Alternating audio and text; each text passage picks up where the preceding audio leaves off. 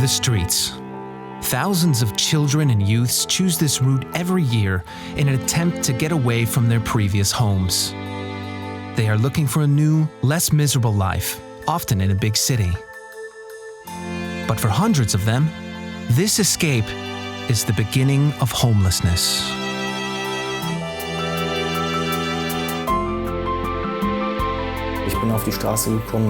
I ended up in the streets because I failed at life for a time.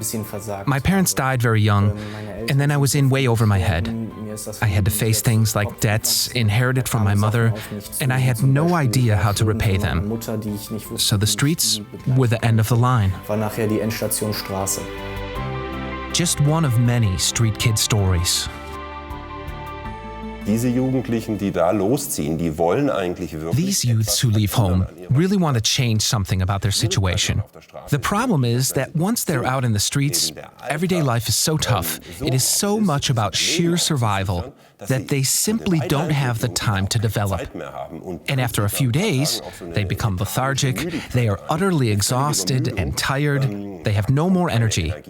I've never heard of a youth who left home and then managed to drag themselves out of the gutter. That doesn't happen, not without help from others. For over 20 years now, Markus Seidel has been looking after homeless children and youths. He is the director of the Off-Road Kids Foundation. Together with his team, he has managed to give over 2,600 adolescents a new perspective. A success built upon specialized pedagogical education and the commitment of the street workers on the ground. One example, Cologne, one of 4 locations in Germany where Off-Road Kids lends a hand to homeless youths who have been forced out into the streets.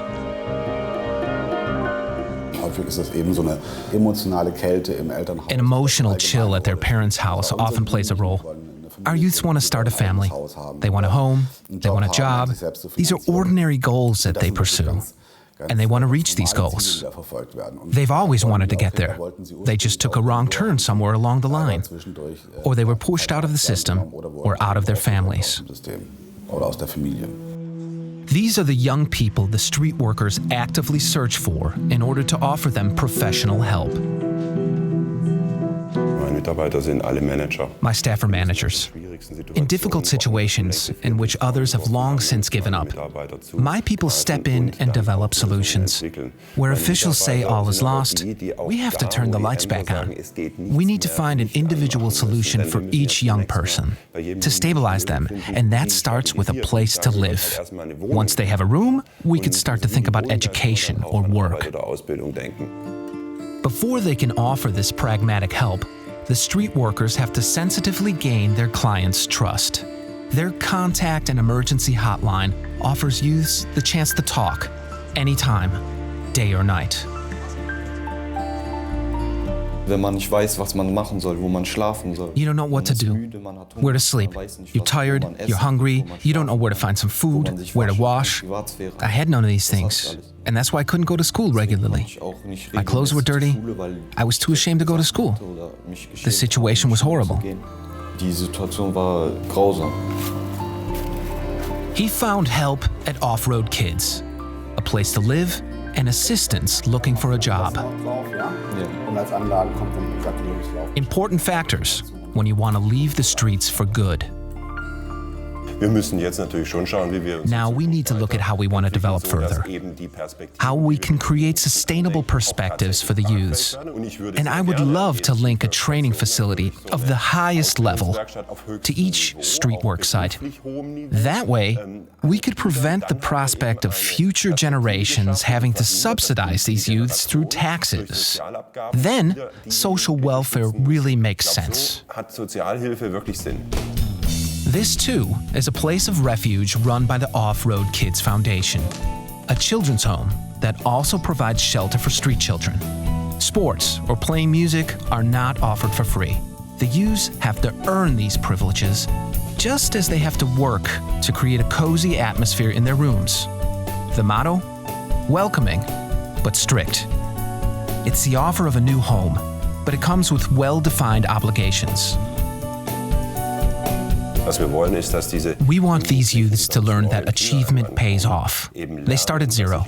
They have a room furnished with nothing but a bed, table, chair, and a closet. Anything else they might like to have, for example a telephone, they only get if they work for it. At first, we're quite strict, and then we become more affectionate when things move in the right direction. So the children's home is a kind of training camp for life in a performance-based society. But more importantly, it is preparation for a step that every young person has to take in their lives. Not a step into the streets, but into a self-determined, happier future.